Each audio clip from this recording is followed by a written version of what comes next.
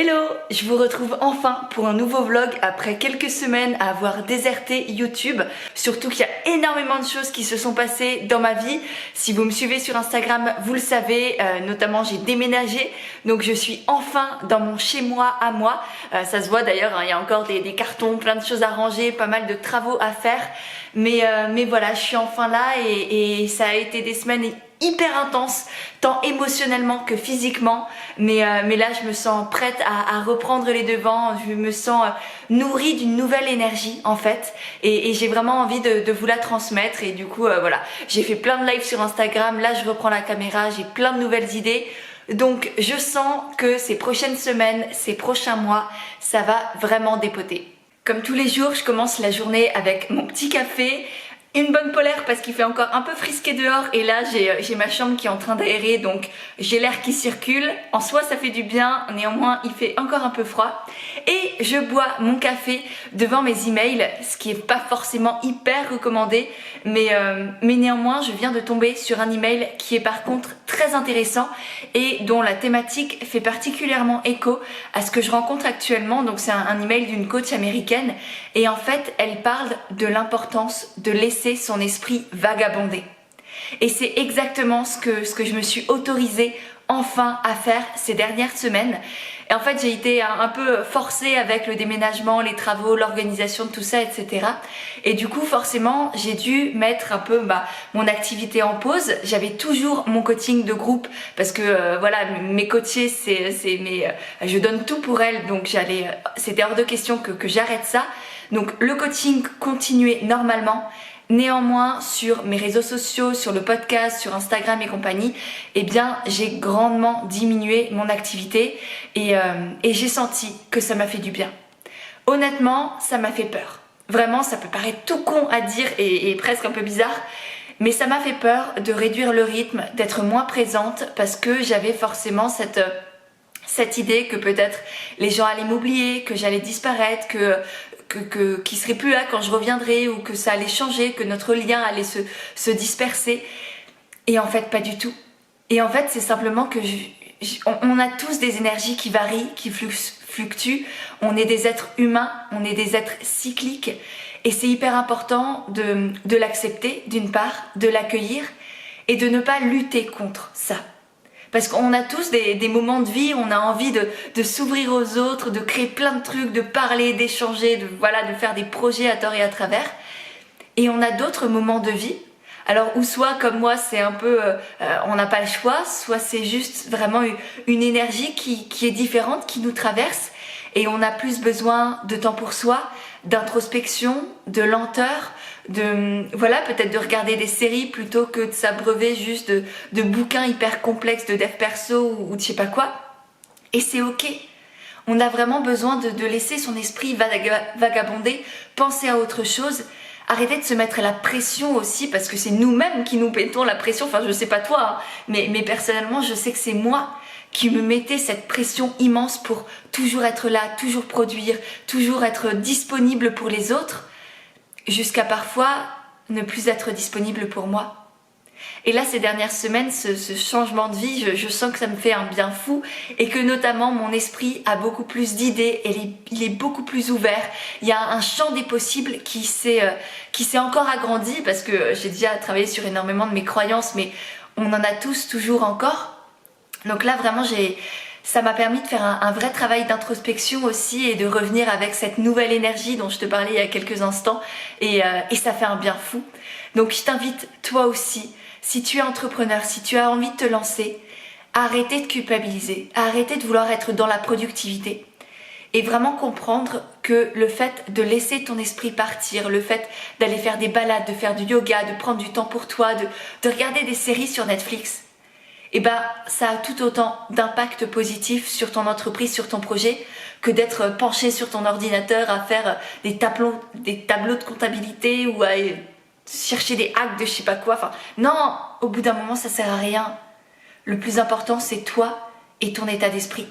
C'est ça qui va déterminer si ton entreprise va réussir comme tu as envie de réussir, à ta manière à toi de réussir, ou si tu vas complètement te planter parce que tu vas faire du copier-coller de ce que les autres font, et que tu vas juste t'épuiser à la tâche et te dégoûter de ton projet. Voilà, ça c'est vraiment c'est le conseil de la vieille coach, mais je pense que c'est hyper important et cette newsletter là, elle tombe vraiment à pic et ça me fait du bien de te partager ça aussi.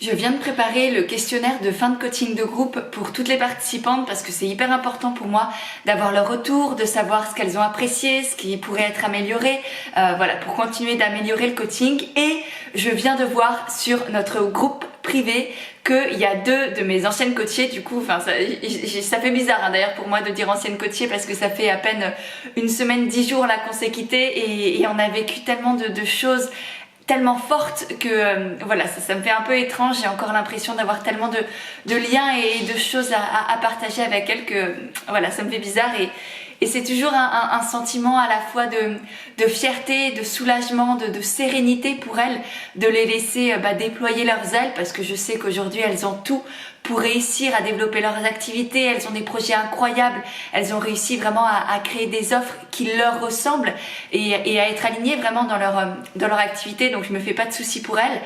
Et en même temps, avec tout ce qu'on a créé, tout ce qu'on a vécu durant un peu plus de 3 mois là du coup, et je peux pas les laisser partir comme ça et donc le lien, j'ai besoin de le garder aussi et elles en ont envie je crois. Mais bref, tout ça pour dire qu'il y a 2 des participantes qui sont en train de créer un projet ensemble et je trouve ça juste génial. Et c'est ça aussi tout l'intérêt d'un coaching de groupe, c'est qu'on se crée un réseau. On se crée une famille d'entrepreneurs. Parce que vu tout ce qu'on a partagé effectivement ensemble, toutes les émotions qu'elles ont vécues et toutes les libérations qu'elles ont connues aussi durant les séances, et forcément elles aussi elles créent des liens entre elles et c'est magnifique. Et là du coup c'est Hélène qui est professeure de yoga et guide en randonnée et Mylène qui est plutôt dans l'ayurveda et dans la naturopathie qui sont en train de créer un projet ensemble. Donc je sais pas ce que ça va être mais je trouve ça juste génialissime. Voilà leur post et je sens rien qu'à leur grand sourire là que ça va être un projet absolument incroyable.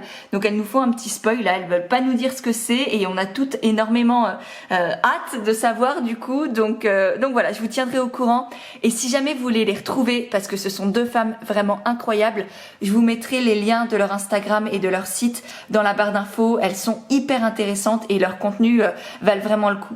Et d'ailleurs, je t'invite aussi à te rapprocher des personnes qui sont dans d'autres domaines que toi. Par exemple, si tu es sophrologue, pourquoi pas te rapprocher aussi d'une professeure de yoga, d'une thérapeute, etc. pour créer des connexions. C'est vrai que c'est délicat de créer des programmes, des projets avec des personnes qui sont exactement dans le même milieu que toi parce que souvent, il y a quand même... Il peut vite y avoir des frictions, un aspect de concurrence. Il suffit que l'une se sente pas forcément hyper en confiance avec l'autre ou qu'il se passe quelque chose pour que ça parte en cacahuète. Alors que là, si tu fais comme Mylène et Hélène et que tu es dans un domaine connexe mais pas similaire à une personne, à une autre personne et que tu as envie de créer quelque chose avec elle, et vraiment hésite pas parce que vous pourrez mettre à la fois vos compétences, votre confiance, vos réseaux aussi en commun et c'est hyper fort. Ça peut que créer quelque chose de génial. Là aussi elles mettent du coup leurs abonnés en commun et je sais pas ce qu'elles vont faire là, j'ai hâte mais vraiment c'est hyper important de se créer un réseau entrepreneurial.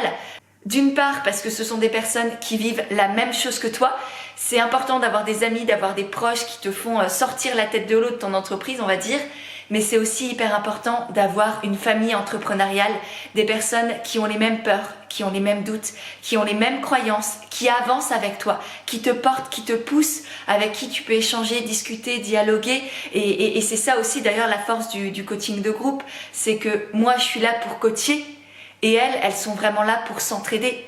Et c'est des liens qui se créent à vie et j'ai des personnes que j'ai accompagnées il y a 1 an qui sont encore en contact entre elles et qui ont co-créé également d'autres projets ensemble. Donc voilà, le petit conseil du jour, enfin un de mes conseils du sophrologue, c'est vraiment de te créer un réseau entrepreneurial. Et d'ailleurs, si tu veux être vraiment soutenue dans ton entreprise, que tu as l'impression parfois d'être toute seule, j'avais fait un podcast dédié à comment se sentir soutenue quand on se lance dans l'entrepreneuriat ou qu'on a déjà une activité et qu'on se sent toute seule face à ces difficultés. Donc je te mettrai le lien de ce podcast dans la barre d'infos. Je pense qu'il va grandement te plaire si tu te retrouves dans ce cas-là.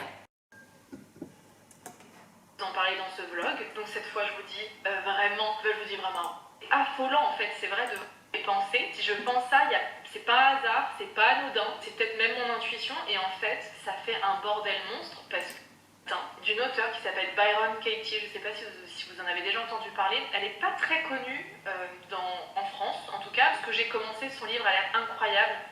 Sur les émotions et sur ce qui se passe dans notre corps pour être capable de différencier tout ça, donc ça peut être c'est un peu délicat. Mais moi j'ai souvent, vous voyez, dans le milieu du développement personnel, on dit tout, généralement on a le comportement qui va avec et les comportements, on tend sur ma tablette et en fait j'adore son approche parce qu'en fait Byron Katie, elle invite à remettre en question nos pensées. Et elle explique qu'en fait, le problème c'est qu'on se croit, c'est-à-dire que les pensées que l'on a, on est persuadé qu'elles sont vraies. Et du coup, on rentre dans des émotions qui ne nous conviennent pas forcément. Et quand on est dans un cercle vicieux d'émotions, généralement, on a le comportement qui va avec. Et les comportements engendrent des schémas de vie, bien évidemment. Je me suis fait une petite pause goûter café dans ma matinée et j'ai fini le vlog d'Héloïse Monchablon que j'ai commencé ce matin. Et d'ailleurs, juste parenthèse, j'ai interviewé Héloïse Monchablon sur le podcast. Donc si c'est une personne que tu apprécies autant que moi ou que tu ne la connais pas encore et que tu veux la découvrir parce qu'elle est vraiment passionnante, elle a d'excellentes réflexions. Et dans le podcast, notre échange, c'est une réelle conversation en fait qui est hyper intéressante où on parle de la perfection, de l'imperfection, où on parle du bien, du mal, enfin bref, ça part un peu en philosophie on va dire, mais vraiment, c'est un podcast à écouter et c'est une conversation magnifique qui me parle encore aujourd'hui et j'y repense très souvent. Donc je te mettrai le lien de cet échange dans les notes dans la barre d'infos. Là, Héloïse, dans sa vidéo, parle de l'injonction, on va dire, dans le développement personnel, à s'écouter, à écouter ses ressentis, à écouter ses pensées, à suivre ce vers quoi on se mène nous-mêmes. Sauf qu'elle a raison sur un point, c'est que bien souvent, nos pensées, elles sont bâties sur nos peurs, sur nos croyances. Et donc c'est extrêmement important de dissocier les pensées liées à des peurs, liées à des dictates, liées à des habitudes, des stéréotypes, des pensées inconscientes, vraiment ce qu'on a pris comme étant vrai, en fait, des croyances.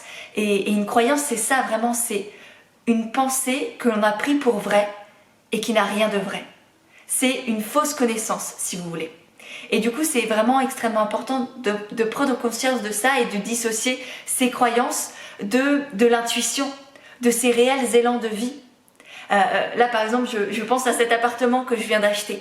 Je sais au fond de moi que c'est un élan de vie, que c'est mon intuition, que c'est mon cœur qui m'a poussé à faire cette folie et qui en fait, c'est juste, pour moi, c'est vivre, d'écouter ces folies de la vie. Mais parfois, on écoute ces pensées et bien souvent même, on écoute ces pensées limitantes, ces pensées automatiques et on ne prend même pas conscience qu'elles nous tirent vers le bas, qu'elles nous empêchent d'être nous-mêmes, qu'on les fait par habitude, par automatisme. Et donc vraiment, à la place de s'écouter tout le temps, plutôt se demander avant de s'écouter, en fait on s'écoute, mais avant de faire ce qu'on se dit soi-même de faire, c'est vraiment de se demander d'où est-ce qu'elle vient cette pensée. Est-ce qu'elle vient de mes peurs? Est-ce qu'elle vient de mes croyances? Est-ce qu'elle vient des autres, de la société, de mes suppositions sur ce que pourraient potentiellement penser les autres? Ou est-ce qu'elle vient du fond de moi, du fond de mon cœur, du fond de mon âme, du fond de qui je suis réellement selon ce en quoi tu crois. Mais voilà, à la place de courir vers tout et n'importe quoi et notamment vers ses peurs, vraiment prendre du recul à chaque fois que tu veux faire un choix dans ta vie et te demander: est-ce que c'est juste pour moi, pour mon cœur? Est-ce que c'est aligné avec mes valeurs? Ou est-ce que je suis en train de le faire pour éviter de déplaire, pour éviter de perdre la face, pour faire plaisir à mon ego, pour faire plaisir à d'autres personnes qui ne sont pas moi? Donc voilà, j'ai trouvé sa réflexion extrêmement intéressante et je te mettrai aussi son vlog là dont je parle dans la barre d'infos si jamais tu l'as pas vu parce qu'il est vraiment chouette. Tu vas croire que je fais tout ça pour placer mes podcasts, mais pas du tout. Mais si jamais tu as envie de développer ton intuition, de te connecter à cette petite voix à l'intérieur de toi, j'avais fait un podcast sur le sujet. Donc là encore, je te le mettrai en barre d'infos pour que tu puisses aller l'écouter ou le lire. Il y a un article aussi de blog qui est lié. Je pense que ça peut te plaire si tu veux développer ce sujet-là. Je viens de finir de manger et franchement c'était une catastrophe intersidérale. Avec le déménagement, j'ai pas du tout eu le temps de faire des courses et du coup j'ai mangé des pâtes, des œufs et des haricots en boîte. Heureusement, il me restait un pot de pesto vegan de chez Casidomi qui a littéralement sauvé mon repas. Donc j'ai mangé ça et là franchement il faut que je fasse absolument des courses et vu que j'ai pas le temps non plus cet après-midi ni dans les jours à venir, j'ai encore plein de paperasse à faire, des assurances à appeler et patati patata. Et du coup, je vais prendre là quelques minutes pour faire ma commande chez Casidomi justement. Normalement, je peux la recevoir demain ou dans 2 jours. Donc ça va, je peux tenir ces quelques jours-là. Et comme ça va me permettre d'acheter tout ce qui est vrac, toutes mes conserves. Je pense que je vais prendre aussi des sauces, des huiles, des choses comme ça. Tout ce qui est en fait pas frais. J'achète tout chez Casidomi. Ensuite, je vais essayer de voir pour trouver un marché dans ma ville. Et comme ça, j'aurai absolument tout ce qu'il me faut pour vivre pour continuer de vivre quoi, tout simplement. Vraiment Casidomi ça sauve la vie, surtout que là du coup j'ai pas besoin de perdre du temps non plus à aller faire des courses, à sortir de chez moi, à me porter un masque et compagnie. Tout est livré à la maison et en plus c'est économique avec les petits prix et toutes les réductions qu'il y a sur le site. Donc franchement là je vais me faire plaisir et ça va faire du bien à tout le monde. Je suis en train de regarder les tisanes du coup parce que j'ai plus rien à boire non plus et je me rends compte du nombre d'offres de la gamme Yogiti. C'est génial parce qu'en ce moment en plus des promotions habituelles elles sont à moins 30%, enfin la plupart entre moins 25 et moins 30%, donc c'est hyper intéressant. Mais là j'avoue que je sais pas du tout lesquels prendre. D'ailleurs si vous avez des suggestions, dites-moi quels sont vos thés ou vos tisanes préférées, peut-être votre marque ou si vous consommez du Yogiti, quel est votre préféré. Si tu as envie de prendre soin de ta santé avec des produits bio tout en faisant des économies et en économisant aussi de l'énergie, je pense vraiment que ça va te plaire. Je te mettrai le lien directement de Casidomi dans la barre d'infos ainsi que mon code promo, je crois que c'est pêche 20 mais je te mettrai le bon dans la barre d'infos, comme ça il n'y aura pas de confusion et tout ira bien. Bon, comme vous pouvez le voir, à ma polaire, on se retrouve le lendemain matin. Hier après-midi, je me suis laissée embarquer dans le travail, j'ai répondu à des emails, j'ai fini le questionnaire pour la fin du coaching et de la paperasse encore à faire, des cartons à ranger, bref, la vie. Et puis j'ai fini l'après-midi en faisant une séance de yoga. Et à la base, je m'étais dit que j'allais vous la partager, que ça ferait une bonne fin pour le vlog. Et en fait, il y a des moments comme ça que je n'arrive pas à partager. Des moments qui sont tellement précieux pour moi, tellement intimes, tellement personnels, que pour moi c'est me manquer de respect d'une certaine manière que de vouloir les partager. Et il y a des choses comme ça où souvent on me demande, mes coachés me demandent comment je fais la différence entre ma vie privée et ce que je partage, comment savoir où est la limite. Et en fait, la limite, c'est à vous de la poser. On a chacune des choses qu'on a envie de partager et d'autres pas. On va évoluer aussi. Par exemple, pendant plus d'1 an, je n'ai jamais montré ma tête nulle part sur internet. Que ce soit sur mon blog, sur Instagram, sur YouTube encore moins. Mais vraiment, je ne montrais pas ma tête. Même dans mes stories sur Instagram, on ne voyait pas ma face. Et aujourd'hui, je la fous partout et je fais des stories toute la journée et j'adore ça. Donc c'est vraiment à chacun, à chacune de poser ses limites, de décider qu'est-ce que je partage, qu'est-ce que je ne partage pas. Et vous n'êtes pas obligé de faire comme les autres. Si vous, c'est trop compliqué pour vous, c'est pas juste pour vous, et c'est ok. Ça veut pas dire qu'il faut pas sortir de sa zone de confort, hein. On se bouge quand même les fesses, on dépasse ses peurs, on ose faire des choses qui sont pas forcément simples et faciles pour nous. C'est comme ça qu'on grandit aussi. Mais néanmoins, si pour vous c'est douloureux, c'est un manque de respect, ça va en désaccord avec vos valeurs, mais ne le faites pas. Il y a personne qui va vous juger, il y a aucun client qui va vous dire ah non mais moi je viens pas avec toi parce que tu montes pas ta tête. Non. Donc c'est vraiment à chacun, chacune de poser ces limites là.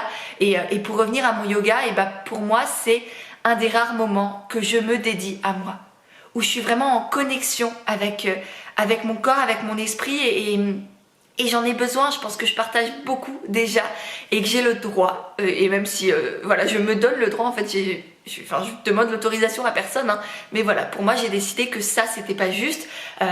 Et après, bien sûr, si tu es professeur de yoga et que tu décides toi aussi de ne pas partager tes séances de yoga, ça risque de pas être très cohérent. Mais voilà, si toi t'es pareil, moi les moments que je passe avec ma famille, c'est hors de question que je les partage. Et c'est ok. Alors qu'il y a des gens, le cœur de leur activité, c'est de partager leurs moments en famille. Je suis personne pour juger, je suis personne pour dire quoi que ce soit, c'est juste pas juste pour moi. Et c'est ok. Donc là encore, si tu te poses aussi cette question, dis-toi que personne d'autre que toi-même n'a la réponse. Comme toujours. C'est vous qui savez ce qui est juste et bon pour vous. Et c'est hyper important de le comprendre, de l'assumer et de l'incarner. N'allez pas chercher les réponses ailleurs. Toutes les réponses, elles sont là-dedans. Je sais que c'est simple à dire, mais c'est surtout extrêmement vrai. Je sors de l'interview avec Ellie Killeuse, c'était juste génial. Je lui avais proposé d'intervenir sur le podcast, elle avait dit oui, et là du coup on vient de passer 1h30, 3/4 même, à papoter. C'était passionnant. On a parlé d'amour de soi, de confiance en soi, de rapport à l'argent. Elle a un rapport à l'argent qui est, on va dire, à travailler, et c'était hyper intéressant parce que du coup je lui ai filé pas mal de clés, et à vous aussi en même temps, parce que le podcast va sortir du coup mercredi prochain. Il sera pas encore en ligne à l'heure où ce vlog sera sorti, mais je pense que mercredi prochain ce sera bon. Et là vraiment c'est génial, je suis dans une énergie de dingue. Toujours d'ailleurs, je pense que toutes mes interviews à chaque fois ça me rebooste, donc voilà, j'ai vraiment hâte de vous partager l'épisode. C'était un peu le capharnaüm pour l'enregistrer. Là je sais pas si vous voyez, je m'étais mise sur mon lit parce qu'en fait il y a de la place nulle part dans mon appartement, sinon il y a des cartons partout ou sinon ça résonne, donc voilà, j'ai fait avec les moyens du port, et j'espère que ça a pas trop résonné, que la qualité du son sera bon, mais quoi qu'il en soit, dans tous les cas, même si c'est pas foufou, je vous le mettrai en ligne parce que vraiment ce sera un épisode à ne pas rater. Et je profite d'être dans ma chambre pour vous parler du livre que je lis en ce moment, qui est Le voyage sacré du guerrier pacifique de Dan Millman, qui est juste génial. C'est littéralement un voyage on va dire spirituel, de développement personnel de ce Dan qui part à Hawaï et qui vit des choses absolument incroyables avec on va dire une chamane qui l'initie à plein de choses. Ça parle notamment des chakras, il va visiter ces chakras pour se libérer de certaines choses, pour débloquer certaines croyances. C'est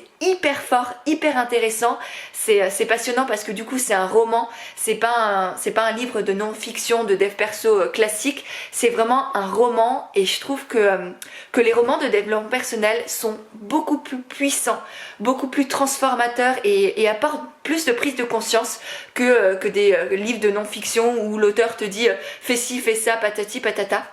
Donc voilà, d'ailleurs je sais pas vous, dis-moi si tu préfères les romans de dev perso ou les livres de non-fiction. Moi je t'ai partagé mon opinion, mais ce n'est que mon opinion, et vraiment je serais curieuse de connaître ce que toi tu préfères en termes de lecture. Et sur ce, je vais finir le vlog, je pense qu'il a été assez long. Merci de l'avoir regardé, j'espère vraiment qu'il t'a plu. N'oublie pas de t'abonner si c'est le cas, de mettre un petit pouce en l'air, tout ça, parce que vraiment c'est ça qui me donne envie aussi de continuer. C'est vrai que ça prend du temps, YouTube c'est pas mon support principal, donc si tu as envie de me soutenir de cette manière, ce serait avec grand plaisir. En attendant la prochaine vidéo, je t'invite à me rejoindre sur Instagram. Je te mettrai le lien aussi avec tous les podcasts et tout ce dont j'ai parlé, Casidomi, le tapis, le bouquin, tout ça, tu auras dans la barre d'infos. Et je te dis à la prochaine vidéo. Bye!